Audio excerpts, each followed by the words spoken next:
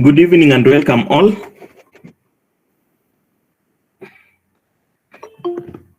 I hope you can hear me.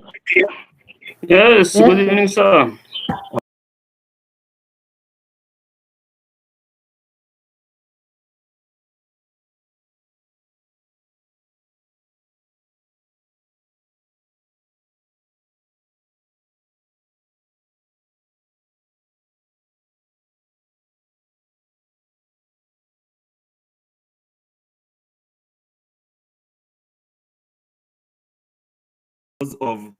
Because of the how short the semester was. So maybe after around 1 week, I'll provide some assignment, and that assignment will replace the cuts that we have been doing before. Cut 1, cut 2, and mock. Time does not allow us to do the cuts. I hope we are together. Yes, sir, we are together. Yeah. So we'll be having assignments which will will replace the cuts that we were and the mock that we were supposed to do. It's just because we had a 10-week semester instead of having a 14-week semester. So there is 1 month that we did not have, because ideally the exam should be done end of April, not beginning of April. So that is what had actually messed the semester. However, having said that, I'll also be sharing the videos on standards. Please, for your own good, read. By Saturday, I would have shared all the links for all the standards. Please create time and revise them so that we concentrate on these major topics on financial statements interpretation. We'll now focus on cash flows. Msanze, we have already started cash flows. That is why I could not do cash flows today, because we have already started with Msanze, but not Kigali. So that's why I've gone to ratios. So we are going to cover cash flows, ratios, published accounts, and financial statements of different entities. So that is what is majorly remaining, apart from the standards. Don't forget about the standards. Standards are still there. Standards, I'll provide videos for them. So that therefore leads us to the next major item, which is called interpretation of financial statements. Please take note that people take this topic for granted. Yet this is a topic that you can easily earn marks on it if you understand all the ratios. So we interpret financial statements by use of ratios. Take note that this is a common question, and you can easily get all marks or easily lose all marks if you don't remember how to interpret them. Like even in November, that is December 2021, that is last sitting, there was also a compulsory question on ratios. So that's why it's extremely important to know how to interpret financial statements. So without taking much time, I want us by 8 we should have ended this class. Now, in this topic, I must start by saying the most important thing is to remember the formulas. That is number 1. Number 2, you must remember the classification of ratios. For example, if you have been told gearing ratios, you must know which are the gearing ratios. If you have been told liquidity ratios, you must know which are the liquidity ratios. So the most important thing here, we use ratios to interpret financial statements. Ratios are used to interpret financial statements. And in this case, there are other techniques which are not in your syllabus. For example, there is what we call comparative financial statements analysis. There is what we call common size financial statements analysis. There is what is called trend analysis. All those are techniques that are used to interpret financial statements, but your syllabus only concentrates on ratios. Now, when calculating ratios, there are very many ratios. When calculating ratios, you must only calculate ratios that are relevant, which means if we are looking at liquidity, the cash position of the business, you must only calculate liquidity ratios. If we are looking at investors, shareholders, you must only calculate ratios that are related to investors. So therefore, calculate ratios that are relevant. Don't calculate ratios that are not relevant. So only calculate ratios that are relevant. And then number 2, some ratios carry more than one formula. Let me be very clear here.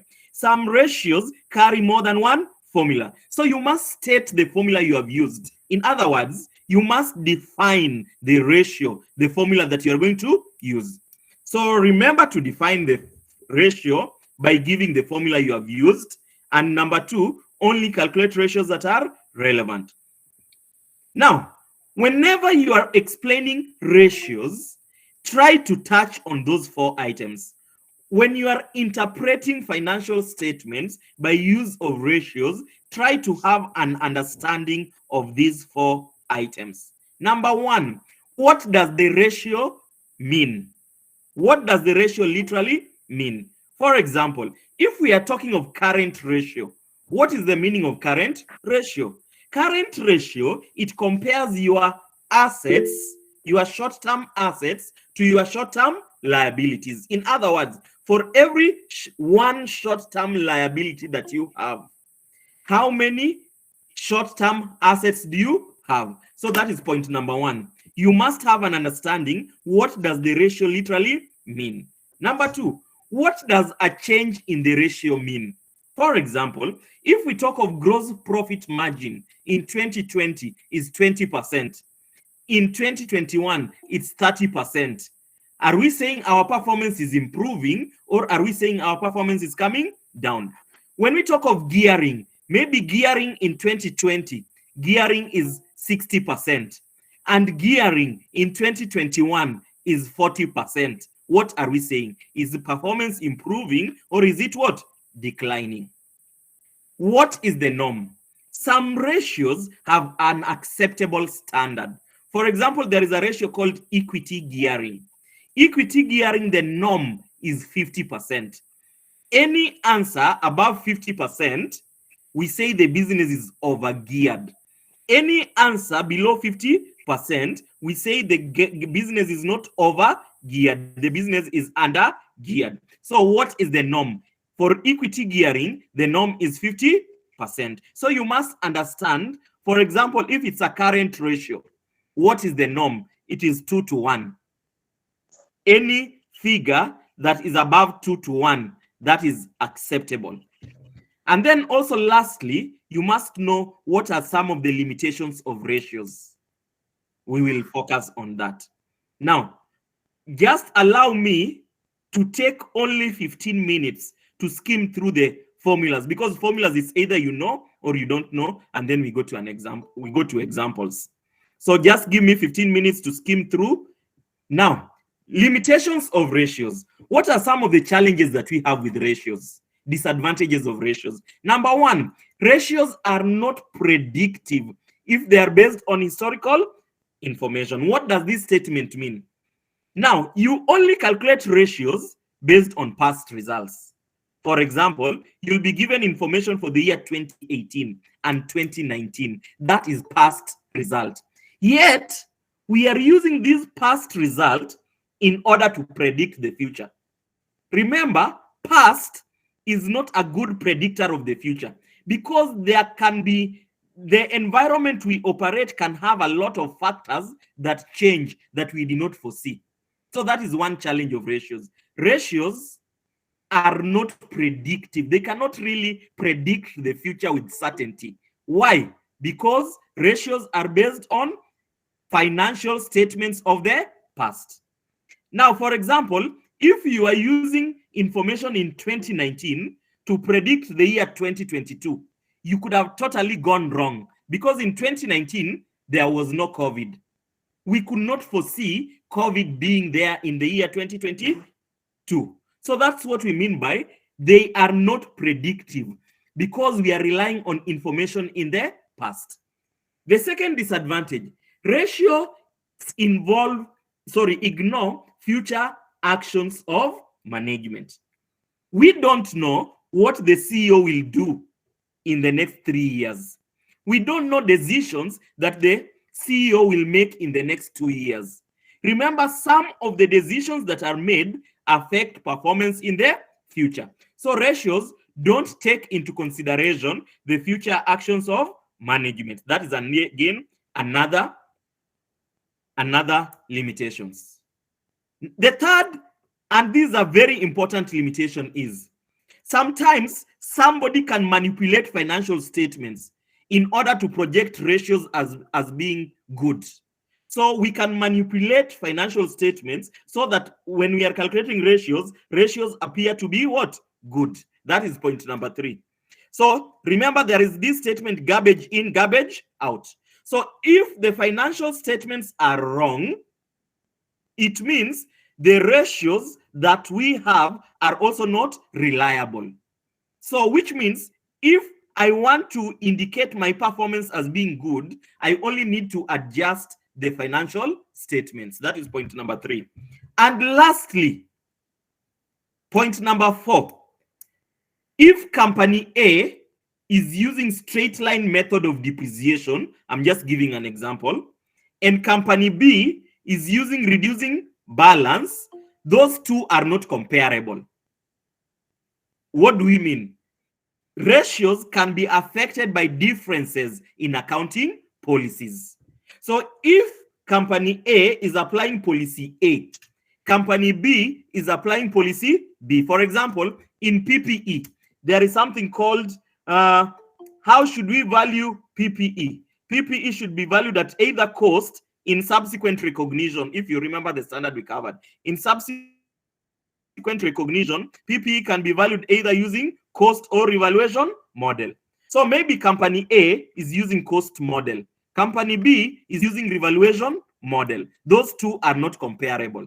So if there is any problem in accounting policies, it will affect what? The answers that you get. Note that those are the major. Actually, in the last sitting, the examiner picked exactly these from the notes. Exactly, almost word by word. So those are the 4 major limitations of the ratios. Number 1, they cannot predict the future with certainty. Number 2, they ignore what managers will do in future. Number 3, I'm trying to look for alternative words to use. If we change the financial statements, it means the results of ratios will also change. So ratios are only as good as financial statements being correct. So if financial statements are wrong, ratios are also wrong. Number 4, ratios can be affected by different accounting policies. So if company A is using a different accounting policy from company B, they affect our ratios. Now, ratios are classified into 4 groups. Okay, the 5th group, we can only do it for Kigali. We can only do it after Saturday, because Saturday we are doing cash flows. So what we are saying, let's concentrate on the first 4. The other one, cash flow analysis ratios, those are 4 ratios that we will only cover after looking at cash flows. There are 4 cash flow analysis ratios. We'll focus on them later on. Now, we are saying ratios can be classified into 4 groups. Let's concentrate on the first 4. Profitability and return ratios. So when we talk of return ratios, these are any ratio that has got a return. For example, return on capital employed, return on assets, return on equity, etc. So the first category is profitability and return ratios. The second category is called working capital ratios, or just simply liquidity ratios. The third category of ratios is called risk ratios. Risk ratios, we also refer to them as solvency ratios. And the 4th category is known as investor ratios. The last and 4th category is known as investor ratios. Let's leave cash flow ratios because we have still not prepared statement of cash flow. Now, what are some of the profitability ratios? Remember, I've said this is just about remembering formulas. So in the profitability ratios, we have what we call, so I'll share with you these slides so that you have time to master them. So for example, I don't want to read each slide. Let me just skim through so that I don't go through each slide. So under profitability ratio, the first ratio is called percentage change in sales. So this one, we just get the difference between current sales. For example, the year 2020 and 2019. Current sales will be the sales of 2020 minus previous sales. So percentage change in sales, later on you will see the formula. Percentage change in sales is current sales minus previous sales divide by what? Previous sales times 100. Remember, I'm just avoiding going through all slides. Profit margin. Profit margin, sometimes it's called operating profit margin. When we talk of operating profit, we are referring to profit before interest and tax. So what is profit margin ratio? Profit before interest and tax divided by sales times 100. Profit before interest and tax. The slides will follow, but I'm just saving time instead of going through one by one. So it is profit before interest and tax divided by sales times 100. Next, we have a ratio called asset turnover. Asset turnover, the formula, as you will see later on, is what we call sales divided by capital employed. Sales divided by employed. Now, capital employed, you will see it in the slide that capital liabilities, total assets minus current liabilities, or equity plus non-current liabilities. Next, we have return on capital employed. So this is PBIT, profit before interest and tax, over capital employed times 100. Non-current asset turnover. Non-current asset turnover, the formula is sales over non-current assets. Sales divided by non-current.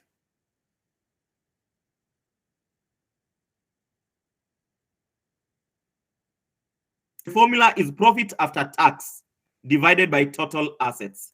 Profit after tax. These were not somewhere because I did not put it in the slides. Can you note number 7 and 8? Please, if you have a book, because I've not included it in the slides. Number 7 and 8, return on assets is profit after tax divided by total assets times 100. Profit after tax, I forgot to include it. Profit after tax divided by total assets times 100. Profit after tax divided by total assets times 100.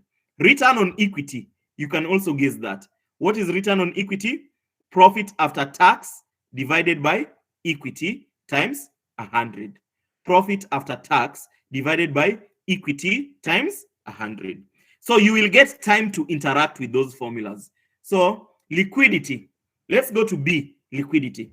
So liquidity ratios, there are those 7 ratios I've listed, and I've given formulas immediately after these slides. Liquidity, the first ratio is called current. Excuse me. Yes. I didn't understand the formula on the return on asset. Return on assets is profit after tax. Profit after tax divided by total assets. Profit after tax divided by total assets times 100. Is that And fine? then a return on equity?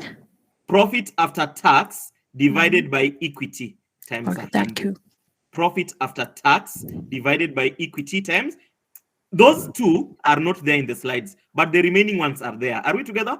Yes, thank you. Thank you. So let's go to the next category. All these, under liquidity, all those have shown the formulas. So you will find them in the formulas. Let me just skim through. I said I want to take only 15 minutes on them, and then we go to examples. You don't need to write this because there will be slides. The current liabilities. Current assets divide by current liabilities. Current assets divide by current liabilities. Quick ratio. Now, quick ratio improves on current ratio. Quick ratio, it improves on current ratio. So quick ratio is current assets minus inventories. And which inventories? Closing inventories. So current assets minus closing inventory. Current assets. Inventory period ratio. Let's be attentive again here. Inventory period, you will see the formula later on. Inventory period is average inventory. Average inventory divided by cost of sales times 365. Period is number of days. average inventory divided by cost of sales times 365. Average inventory times 365 divided by cost of sales. Receivables period. Now, in the notes, you will also see I've talked of inventory turnover. So you'll check on that. Receivables period. Receivables period is receivables over sales times 365. Receivables over sales times 365. Next is payables period. Payables period is payables over purchases or payables over cost of sales. I'm repeating, payables period is either payables over purchases or payables over cost of sales times 365. Working capital cycle. Working capital cycle is number 3 plus number 4 minus number 5. Number 3 plus number 4 minus number 5. In other words, inventory period plus receivables period minus payables period. Working capital. Working capital ratio is current assets minus current liabilities. Current assets minus current liabilities. The third category of ratios is called solvency ratios. So I think even if I continue reading formulas like that, it is difficult to remember. You just need to take time to look through it. So we have equity gearing, total gearing, debt ratio, leverage ratio, and interest cover. I'll come back to that. Investor ratios are 6. Dividends per share, dividend cover, dividend yield, earnings per share, price earnings ratio, and earnings yield ratio. So dividends per share is, of course, dividends over total number of shares. Dividend cover is profit after tax minus preference dividends. Dividend cover, where am I?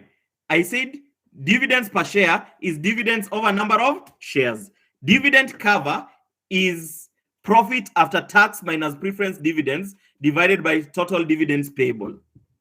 Dividend yield is dividends per share over market price per share times 100. Dividend per share over market price per share times 100. Earnings per share. This one everyone knows because we have already covered the standard called earnings per share. So what is earnings per share?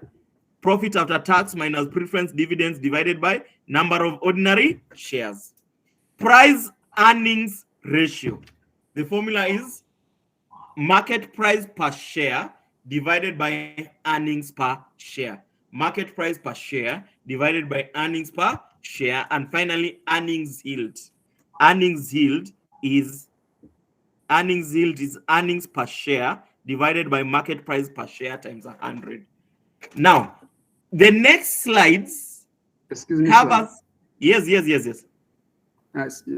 On the liquidity ratios, you have said that payables receivable period, payables ratio, as you have said that it's payables divided by purchases or cost of sales by multiplying 365. If those people, one person by taking payables by dividing purchases, and another one by taking purchases by dividing cost of sales, those people, they're getting the same answer. No. Priority, you use the number 1. What is the first one I said? Payables over purchases. If there is no purchases, that is when you use cost of sales.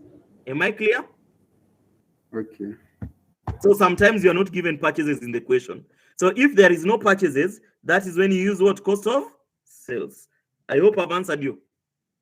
Yeah, sure. Okay. So I'm just saying, in the next set of slides, I'm just taking seconds to pass through.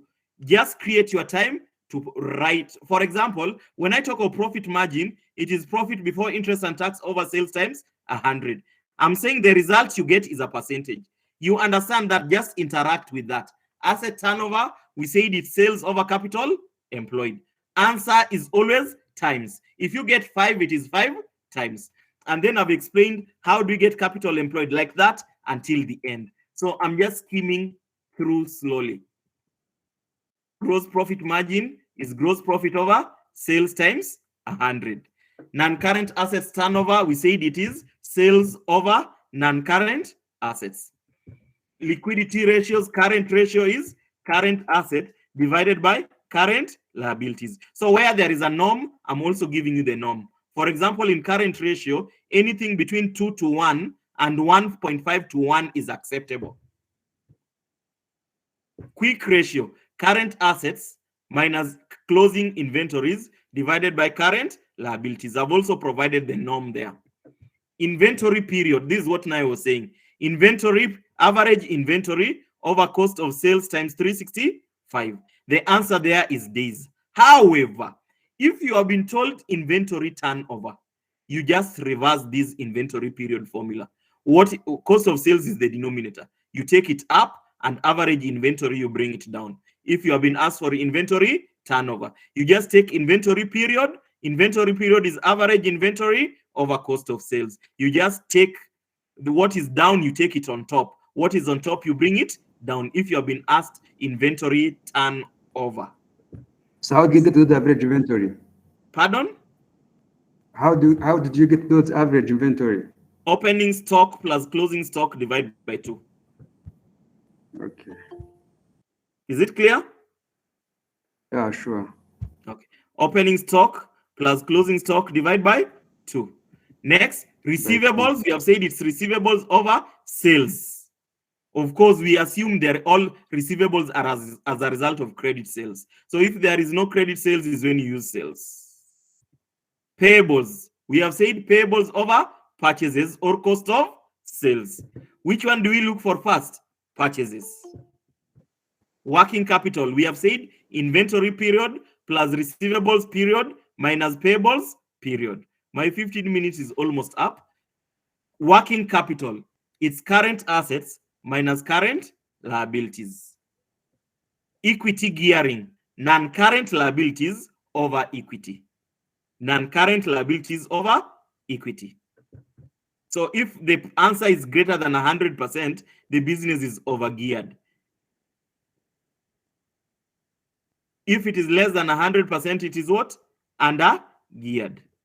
Total gearing, non-current liabilities over equity plus non-current liabilities. If it is greater than 50%, over. So remember, in equity gearing, if it is greater than 100%, it is overgeared. In total gearing, if it is greater than 50%, don't confuse the two. Sorry, actually. Sorry, sir.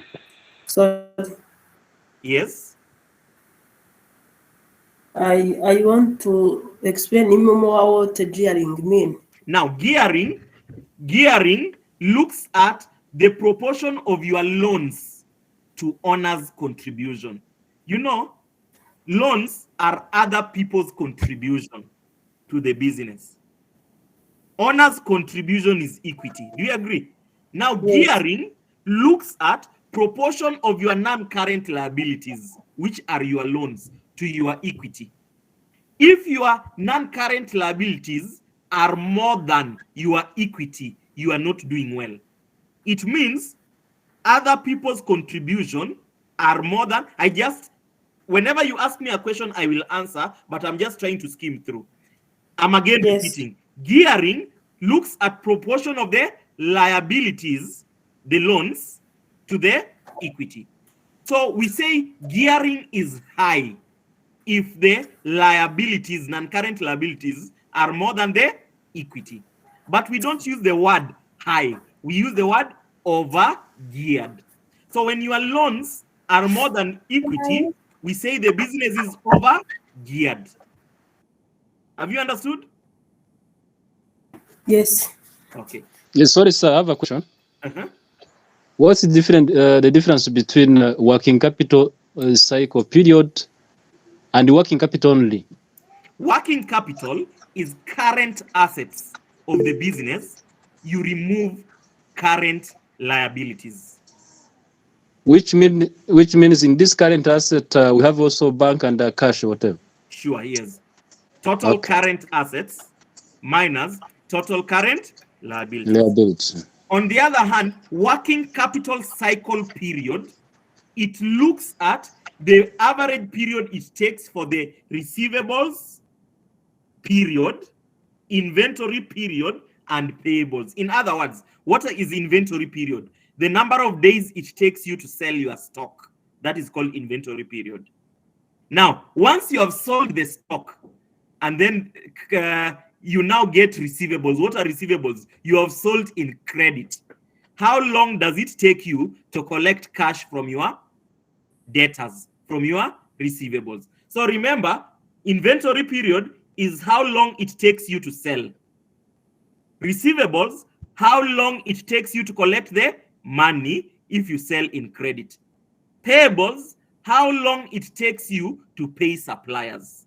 So when you take the period of time it takes you to sell inventory, you add the period of time it takes you to collect money from your receivables, you remove the period of time it takes you to pay suppliers, that answer is what is called working capital cycle. It is a cycle.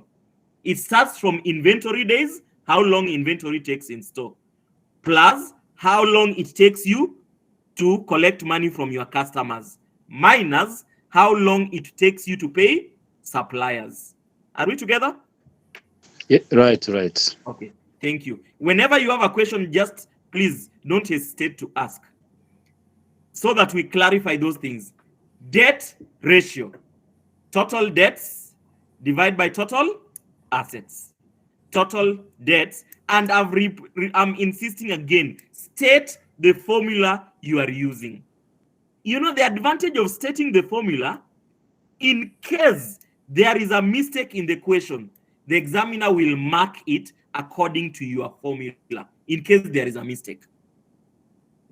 Leverage ratio. Leverage is the opposite of gearing. What was gearing? Can somebody remind me? What was gearing? Proportion of your loans to To your equity.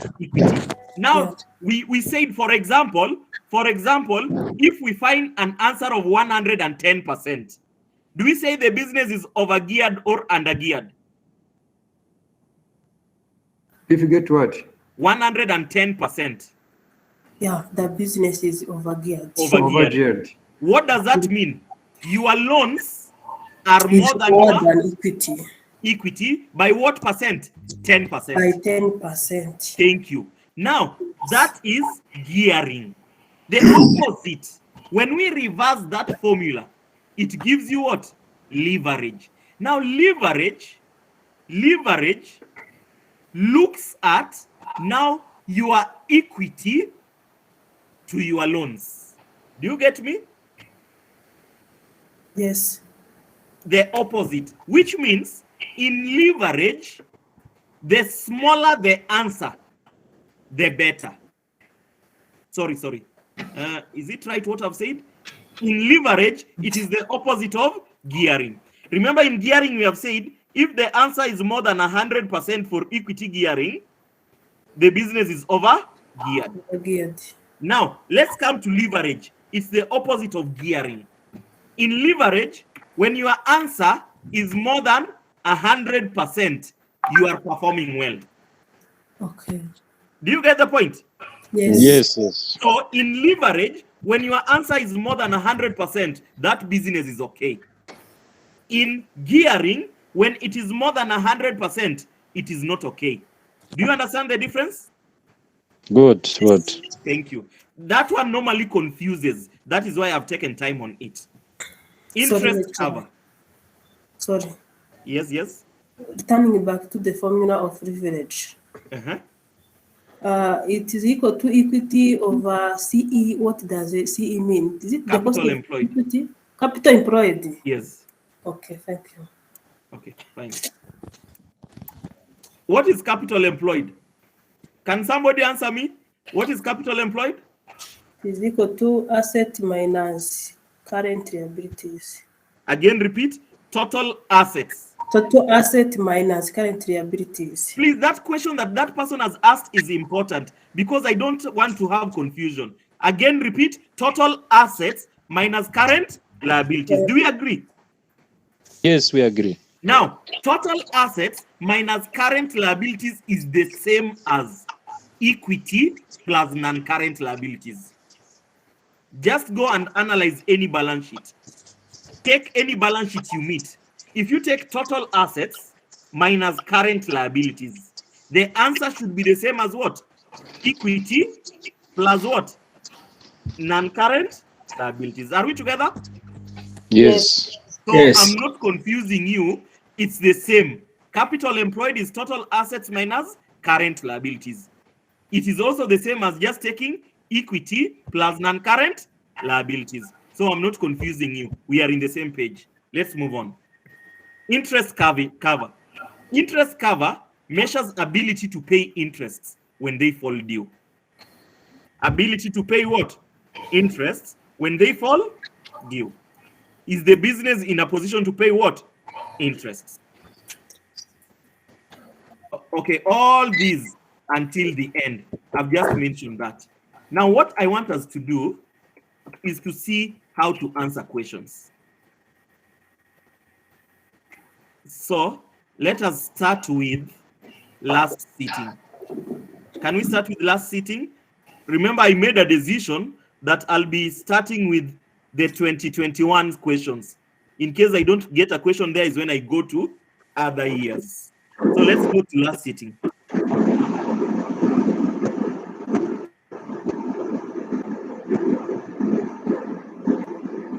So last sitting, can we please all mute? Can we all mute, please? Last sitting, there was question 3, part B. Question 3, part B. Let's read it, and then we see if will be, how do we answer such a question? Part B, it was how many marks? 3 plus 10, 13 marks. 3 plus 10 is 13 marks. So the question reads, Trust Transport Company and Fast Delivery. So we have two companies, Trust Transport Company and Fast Delivery Limited. Now, before I even move on, you realize that so far we have even covered 2 questions on this past paper alone. There was that consolidation question of 30 marks, which we exhausted. There is these ratio questions of almost 20 marks. It's 13 marks. So the point I'm trying to make, please revise every topic. Every topic is, especially the topics consolidation, ratios, published accounts, and financial statements of different entities. Those topics cause a difference between a pass and a fail. If you can master those topics, I'm repeating, consolidation, ratios, cash flows. I'm repeating, consolidation, ratios, cash flows, published accounts, and financial statements of different entities. They account for 80% of any exams. 80% of any exams. Come again, sir. I'm repeating, consolidation, ratios, cash flows, consolidation, ratios, cash flows, published accounts, and financial statements of different entities. They account for 80% of the exams. Pick any question paper randomly. You will see that is true. Sometimes it's even 100%. Because what I mean by 100%, section B, you have a choice. Do we agree? Section B, you normally have a choice. 2 questions, you choose one. So sometimes in section B, there is only 1 question that is not from that area. Okay, so let's go back to the question now.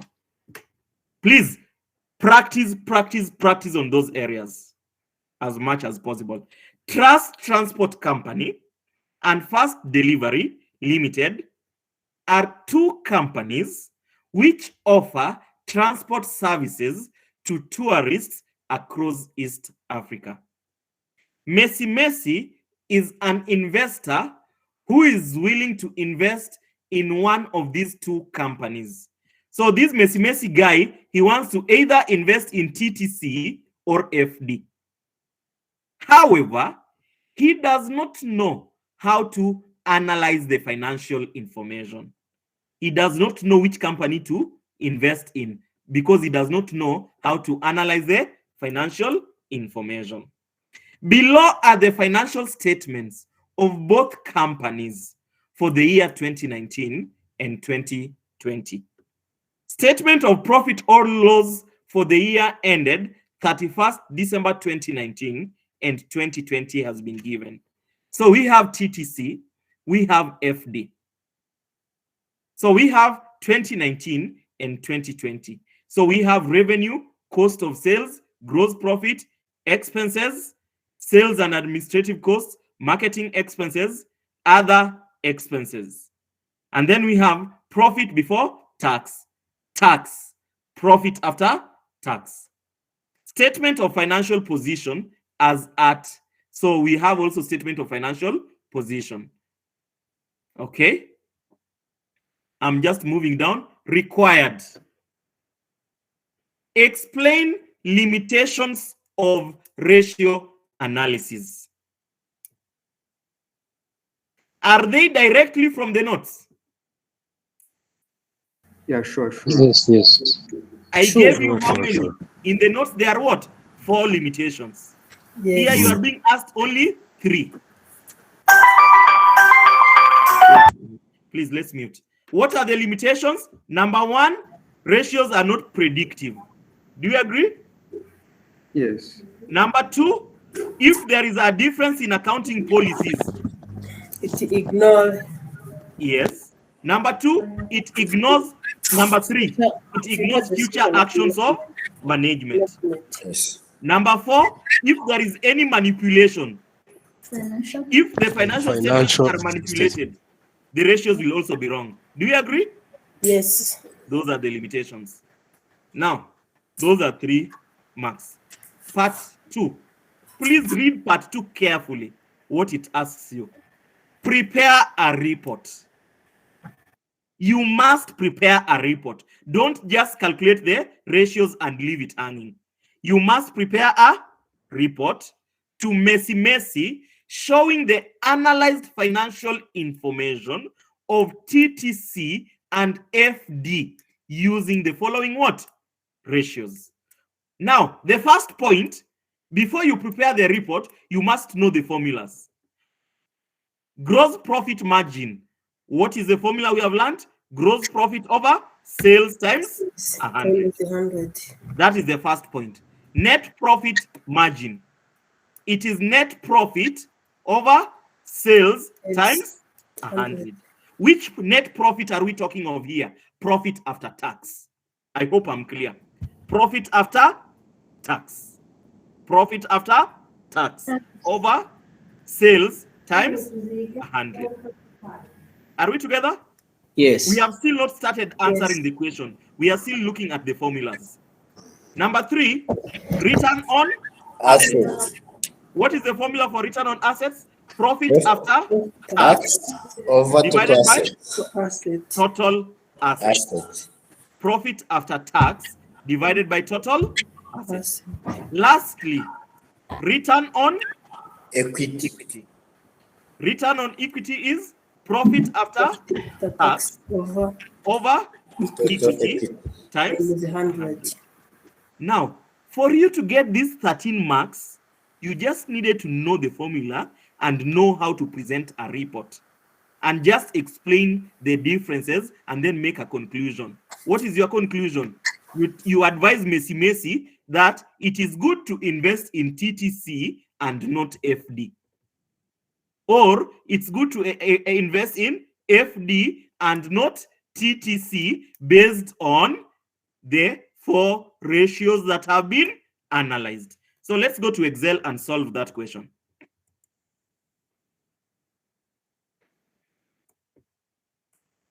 Now, November 20, it is that question there. So I've already posted it there. So ratios, this one everyone can answer. So let me not take time on that. Let's sorry, I don't mean ratios. I mean limitations. Do you agree? Yes. So let's come to number 2. What is number 2 asking you again? A report. Prepare a report to Messi showing the analyzed financial information. So you must title, this will be report on the performance of what? Of TTC Limited and FD. FD. TTC Limited and FD Limited.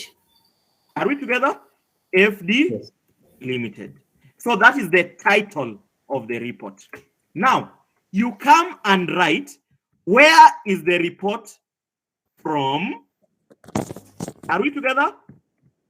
It is from, who are you? You are the accountant. Do you agree? Are we told? If they have not stated, you just call yourself the accountant. Have they stated? No. Have they stated who we are? If they have not stated, you just call yourself what? Accountant, or just finance analyst. Next, who does it go to? Messi is an investor. Do you agree? Messi. Yes. And you put in bracket who? Messi. So, what is the purpose of the report? You also show what is the purpose. So, what is the purpose? To analyze. Analysis of financial statement of to analyze performance of the two companies. You don't need to repeat the name because you have already explained them in the title, in the report title. To analyze the performance, to enable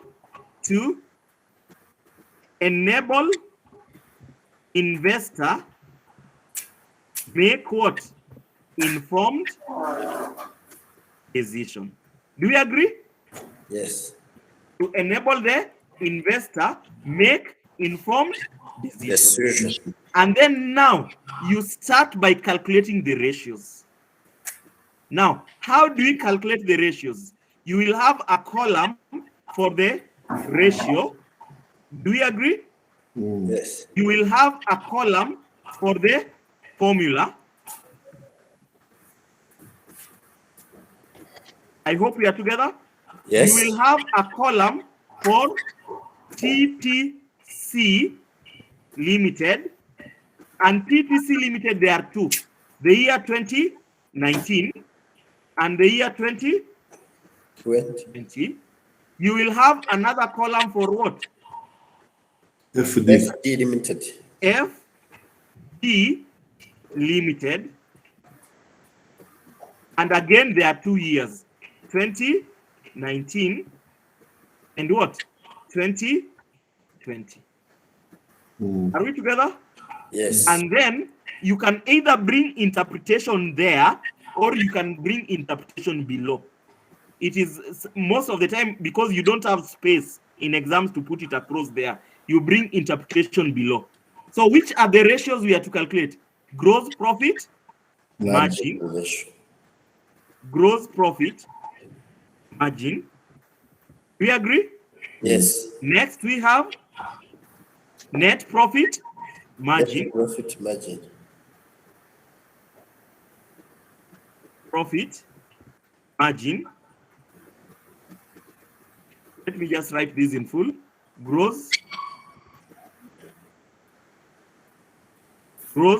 profit margin, net profit margin, which is the third one? Return on assets. Return on assets. And number 4, return on equity. On equity. Return on equity. Can I just move this side so that I can clearly now bring them out? Yes. So we have those ratios. So remember, this is your number one. Just make your work organized as much as possible. This is your number two. This is your number three. And this is your number four. And then below there, you have interpretation. Are we together? Yes. So you give your interpretation, and then after your interpretation, you come to what? Conclusion. What is our conclusion? You advise Messi which one is the best to invest in based on the performances. I hope we are clear. So that is an overview of what we are going to do. Can you remind me what is the formula for gross profit margin? It is gross profit Over sales times 100. times 100 over sales. This one is profit after tax times what? 100 over sales. The next one is profit after tax times Over total asset. over total assets. And the last one is profit after tax times 100 divided by what? Equity. Now, can I ask you a question?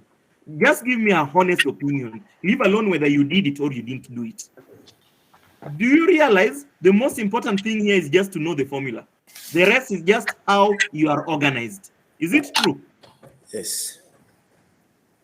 The rest is how, because interpretation is not a problem. I believe everyone can compare gross profit. For example, let me just assume, I've not calculated because of time. Suppose this is 40%, I'm just assuming, and this is 45%. I'm just assuming, I've not calculated it. And this one is 32%, and this one is 36%. That is just an example. What will we say? In TTC Limited, there was an increase in gross profit margin of how much? 5% between 2019 and 2020. Do you agree? Yes. In FD, there was an increase of what percent? 4%. Are we together? What will be your last statement on this? Between TTC with respect to gross profit and FD, which one is performing better? TTC. TTC. Do we agree? Yes. So you do that for all the remaining. Do you get the point? So allow me just to calculate that. So let's start with gross profit margin. What is our gross profit margin? We look for it. Gross profit 7,000. in 2019 is 7,000. 7,000. Over sales is 12,000. Do we see that? Yes. 7,000 times 100 over what? 12. Oh. Now.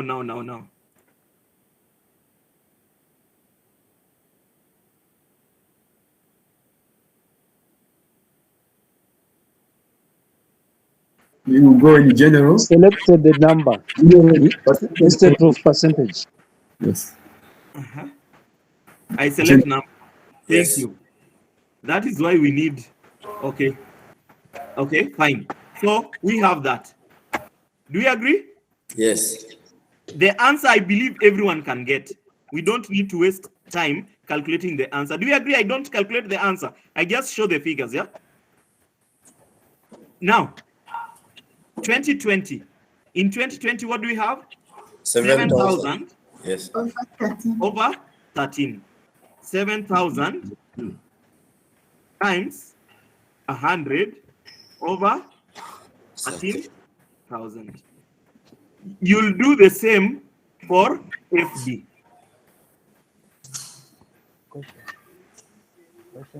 So for FD, it is 8,000 over 23. over 23,000. 3. Okay, over 23. And this one is 2020, it is 11,000 over 35,000. So we get that, we bring it there. So you get your answer, whatever it gives you. We don't have time for that. Profit after tax. Do you have profit after tax? Yes. 2,000 times 100 divide by what? 12,000. Okay, the next one is 2,000 again times 100 divide by 13,000. The next one is 1,000 1,000 times times 100 divide by 23. 20,000. The last one is 2,000 times 100. divide by 35,000. I hope we are together. Yes. Okay, so we have that. Return on assets. What is our return on assets? 2,000. Profit after tax does not change. Yes. Do you agree? Yes. The next one is, okay, profit, that does not change. Capacity.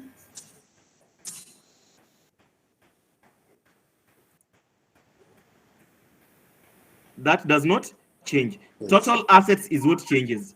What is our total assets? 18,000. Do you see that? Total asset 18,000. 18,000. The other one is 20. 21. 29. 29. 20. 29. And 47. 47,000. Are we together? Yes. Yes. Okay. Lastly, we have, this does not change again. Question? Yes, question? I have a question. Can't, whether it's a transport business or it's manufacturing, during the calculation of ratios, can't it get affected on the type of business we are calculating for, or in any kind of business? No. Type of industry, just read the slides I have shared. I have said when explaining the ratios, the type of industry also matters. For example, if you have a supermarket, you know a supermarket. Yes. A supermarket does not have receivables most of the time. Do you agree? Yes, I agree. Supermarkets sell in cash. So you may find that the current assets of the supermarket are few compared to a company in another industry. So in that case, when you look at current ratio of a supermarket, you expect an adverse performance, a negative performance compared to a company in maybe manufacturing. So the answer is yes. The type of industry matters when you are giving your answer. Are we together? Okay. So what is our equity? 15. The first one, it is not given, you must add. The first equity is 15. 8,000 plus what? 7,000. 7,000. That gives you 15. The second one is 8,000 plus 8,000. It gives you 16. The third one is 7,000 plus 9,000. It gives you that. The fourth one is 10,000 plus 10,000. It gives you the answer there. Are we together? Yes. Okay. So I believe with that, this past paper, I think it also had an answers. Did you see the answers in the website? You can compare what I've done to the answers Yes. that are, Yeah. because ratios are ratios. Ratios will not change. So please, what I'll do, I'll share with you this slide. Do you want me to continue, or I can leave it at that? You can just read it. To continue. We Continue. continue. Okay. Yes. Excuse me, sir. Yes. I think we can continue, and even if you have the correction for other questions, as I can see from your Excel sheet, it seems that the other questions, Yes. the solutions, you can send them, we will read through. Is what I wanted to, is what you see, like the one I've selected. You see, I've selected November 2021, question 3B. But there is one in the notes. Are you seeing this question in the notes? This one can enable you calculate all ratios. All. Are we together? Yes. So I've listed for you here, but I've still not solved them. But those who are in the last sitting, I think they can get a solution. I don't have them. I've lost them. But I can solve it. Even in this question, I've just given the format. So what is remaining is just to put the figures. Are you seeing that?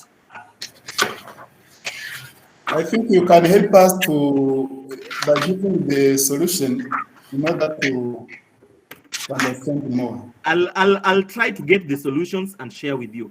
Yes. Also, there is December 2020, 2018 question 1.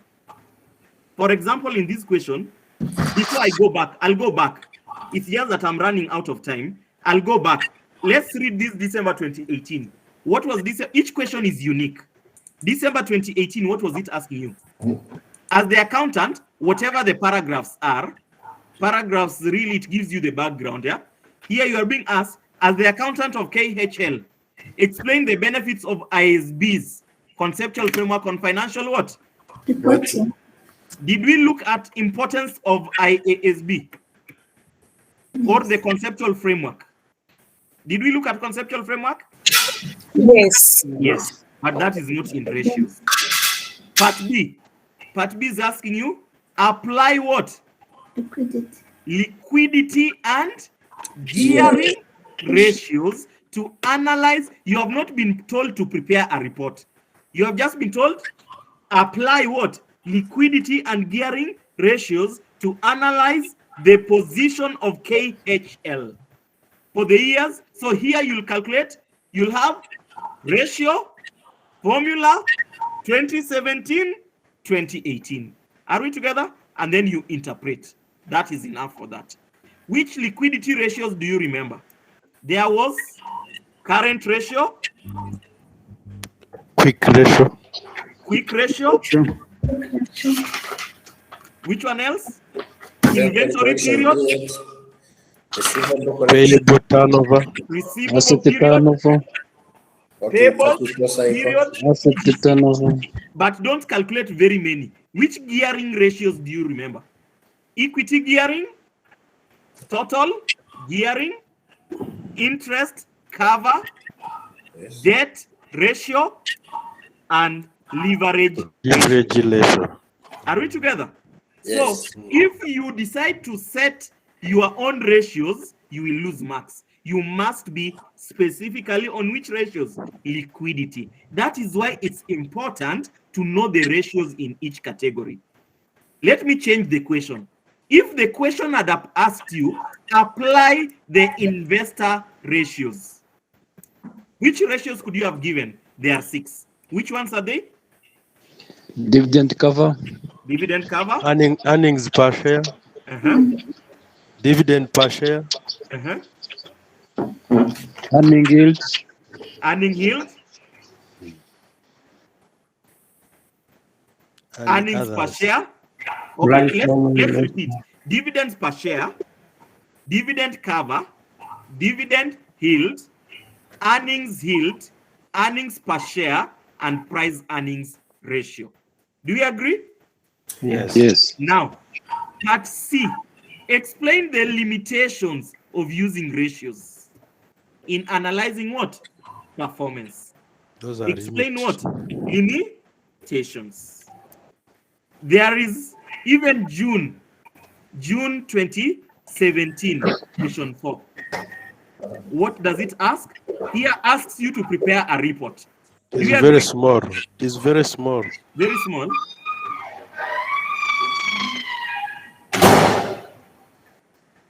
Is it bigger now? Yes. So this one is asking you, prepare what? Report. A report. You know how to prepare a report. There is Yes. a report on blah, blah, blah, blah, from to the purpose. And then you calculate the ratios, you give the interpretation, and you make a conclusion. Are we together? Yes. Yes. Okay. Now, this report is on cash flow. Do you see cash flow? Yes. So which means there are cash flow ratios. I've already given you the answers here because we will not get time. After preparing cash flow statements, I'll just tell you that there are 4 ratios to be calculated. Are we together? Yes. So I've already solved it for you in advance. So let me go back now to November 2021. I just wanted to explain each question, what is being asked. However, please, all of you, make sure you revise example 1 in the notes, because example 1 in the notes covers all ratios. Are we together? Yes. So the first sheet, I'll give you the solution for all ratios. So somebody just to remind me tomorrow to work on it, and then I can share it either tomorrow evening or Friday. So I can work on them tomorrow. Somebody just to remind me. You can just remind me in the group. That is enough. I always check at least once a day. I check the group. Okay. So let's go back here. Now that we have looked at all questions, what was being asked. So let me just do gross profit margin, and then you will apply the same in the others. Are we together? Yes. Okay. So gross profit, let's go for it. It is 7,000 over 12,000. Do we agree? Yes. Times 100. What percent? 50? 8. The next one is 7,000 over 13 times 154. The next one is 8,000 over 20. It's 34 or 35 if you round off. The last one is 11,000 over 35.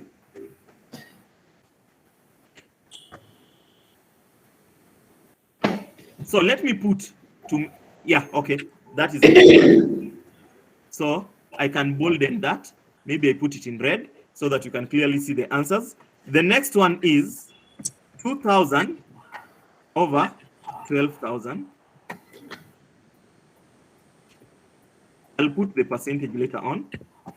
The next one is 2,000 over 13,000.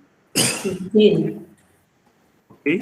The next one is 1,000 over, you know, this is the advantage of Excel online class.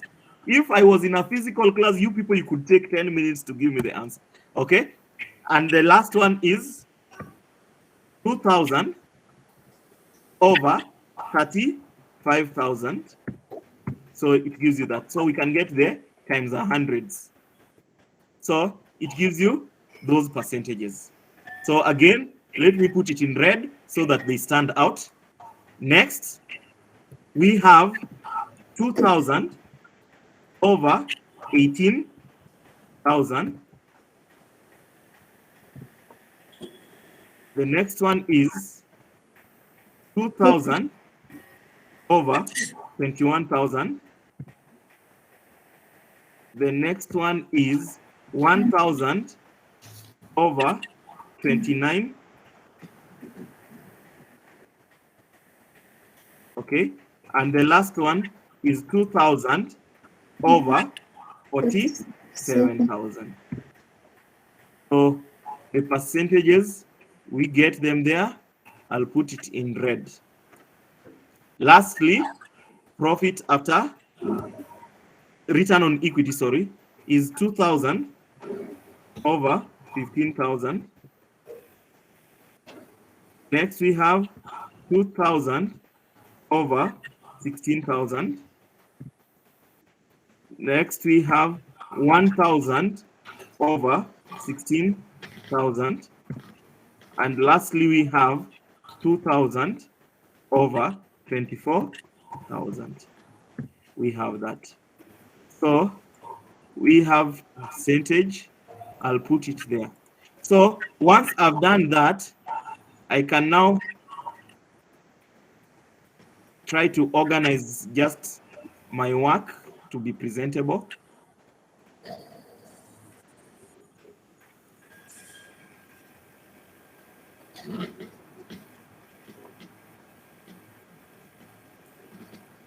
You know, accountants should be people who are presentable.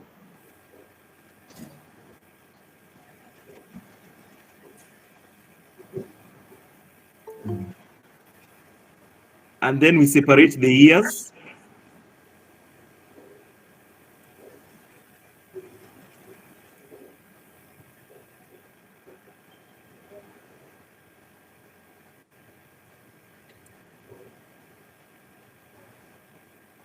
So I want them just to be different colors so that it's very easy to distinguish them. Okay, so when you see this one in orangish, it's TTC. The other one is, so we have that. Now, interpretation. Let's interpret maybe the first one. Our first interpretation is gross profit margin. So what did we say? Between the year 2019 and 2020, gross profit margin reduced for TTC. So look at my interpretation. For TTC, the gross profit margin reduced by what? 4%. By 4%. By 4% from the year 2019 to what? To 2020. 20. That is the first point on that. For FD, gross profit margin also reduced by what? 4%. For FG, the gross profit margin also reduced between the 2 years by what? 4%. 4%. Are we together? What is your conclusion for this interpretation? Yeah. FG, sorry, it's FD, not FG. FD performed better than, so with respect to what? To gross profit margin, performance of what? TTC is better than what? FD. FD. Now, the reason why I'm making a conclusion in each, because you'll be needed to make a final conclusion. You understand me? Now, in final conclusion, if you find that maybe, how many ratios are there? 1, 2, 3, 4. Maybe you find in the first one, second one, and third one, TTC performed better than FD. Do you agree? So you will conclude that in conclusion, we will advise Messi to invest in TTC because performance of TTC in overall is better than what? Performance of FD. But you analyze both. What is the next one? For TTC. Sorry, lecturer. Yes. The same. Why TTC perform better than FG? Why they are reduced by the same percentage? Because the gross profit margin is higher. Do you see? Okay, yes. What is gross profit margin? What does it look at? The gross profit you make for every sales you make. For every sales you make, how much profit do you make? For every sales you make, how much profit do you have? Are we together? Yes. Yes. Do you understand now? Net Yeah. profit, without me typing, can you please advise me? I've already typed the first one. Net profit, compare that. What will be your first statement? For TTC, there was a decrease of what? 2%. 2%. For FD, TTC. there was an increase of 2%. Of 2%. Are we together? So what Yeah. will be your conclusion for net profit margin? Even though TTC, please understand my point. Even though TTC's gross profit, net profit margin reduced, while FD increased, TTC's net profit margin is still maybe 3 times higher than FD. Do we agree? Yes. Yes. Okay. So which one will you go for? Even though there is a decline from 2019 to 2020 for TTC, why do we choose TTC? Because the net profit margin is still far much higher than the net profit margin of FD. Do we agree on that? Yes. Okay. Return on assets. What does return on assets look at? For every asset you invest in the business, how much profit do you generate? Do you understand what that ratio looks at? Yeah. For all your total assets in the business, how much profit do you generate? Do we agree TTC is still performing better? Do we agree? Yes. Okay. And lastly, return on equity. Is it still also high? Yeah. What will be your overall conclusion? Messi should invest in which company? TTC Limited. TTC Limited. And that is 10 marks. Any But what questions? if in the two companies we have two favorable and the two other favorable? If they are equal. If they're equal, you Yes. look at which ones are higher now. You see, there can be two favorables. There can be two favorables, which are the two favorables and two adverse. But if you compare the two companies, one favorable is higher than the other favorable. For example, do you see gross profit margin? Yes. Here, gross profit margin has decreased for the two companies. But even with that, which one is better? TTC. Yeah. So there will always be a point that helps to break the tie. Are we together? Yes, it's okay. Thank you. That brings us to the end of ratios.